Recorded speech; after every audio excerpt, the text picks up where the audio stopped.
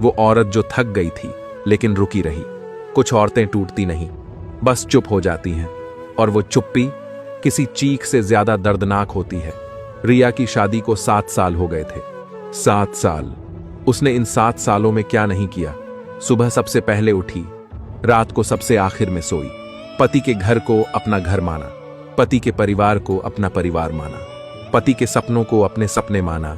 लेकिन उसके अपने सपने वो कब के दराज में बंद हो चुके थे। उसने कभी शिकायत नहीं की, क्योंकि उसे लगता था प्यार में हिसाब नहीं होता। लेकिन एक रात जब वो रो रही थी अकेले बाथरूम में बंद होकर, उसके पति ने दरवाजा खटखटाया। उसने आंसू पोंछे, आवाज को सामान्य किया और बोली, हाँ आ रही हूं। बाहर आई तो पति ने पूछा, खाना बना? बस इतना ही। उसने रोते हुए आंसू पोंछे थे और पति को बस खाने की चिंता थी। उस रात उसे समझ आया, जो इंसान तुम्हारी आंखें नहीं पढ़ सकता वो तुम्हारा दर्द क्या पढ़ेगा। कुछ औरतें उस रात के बाद बदल जाती हैं।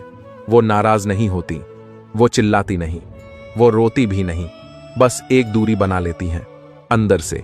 जिस्म वहीं रहता है, घर में, रसोई में, बिस्तर पर, लेकिन रूह कहीं और चली जाती है। और पति को पता भी नहीं चलता, क्योंकि उसने कभी ध्यान से देखा ही नहीं था। और अगर वो औरत किसी से कहे तो लोग क्या बोलते हैं, अरे पति तो कमाता है ना, मारता तो नहीं, घर से तो नहीं निकाला।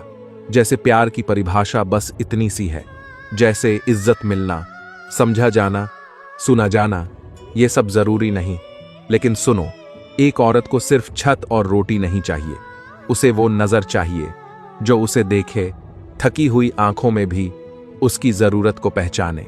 और मैं ये नहीं कह रहा कि सारे पति बुरे होते हैं, नहीं, बहुत से पति मेहनत करते हैं, घर चलाते हैं, जिम्मेदारी उठाते हैं।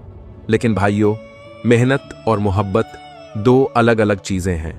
तुम पैसे कमाकर घर ला सकते हो, लेकिन अगर घर आकर 5 मिनट अपनी पत्नी से दिल से बात नहीं करते तो वो औरत उस घर में अकेली है, भरे घर में अकेली। और वो अकेलापन, वो सबसे जहरीला अकेलापन होता है। रिया के साथ भी एक दिन कुछ हुआ। उसकी मां बीमार थी, वो जाना चाहती थी। पति ने कहा, अभी नहीं जा सकती, मेरे ऑफिस के लोग आने वाले हैं। उसने कुछ नहीं कहा। मां को फोन किया और बोली, मां थोड़ा वक्त लगेगा। मां ने कहा, कोई बात नहीं बेटा। लेकिन उस रात जब ऑफिस के लोग चले गए और पति खाना खाकर टीवी देखने लगा, रिया बाथरूम में गई और इस बार उसने रोया नहीं, बस आईने में खुद को देखती रही।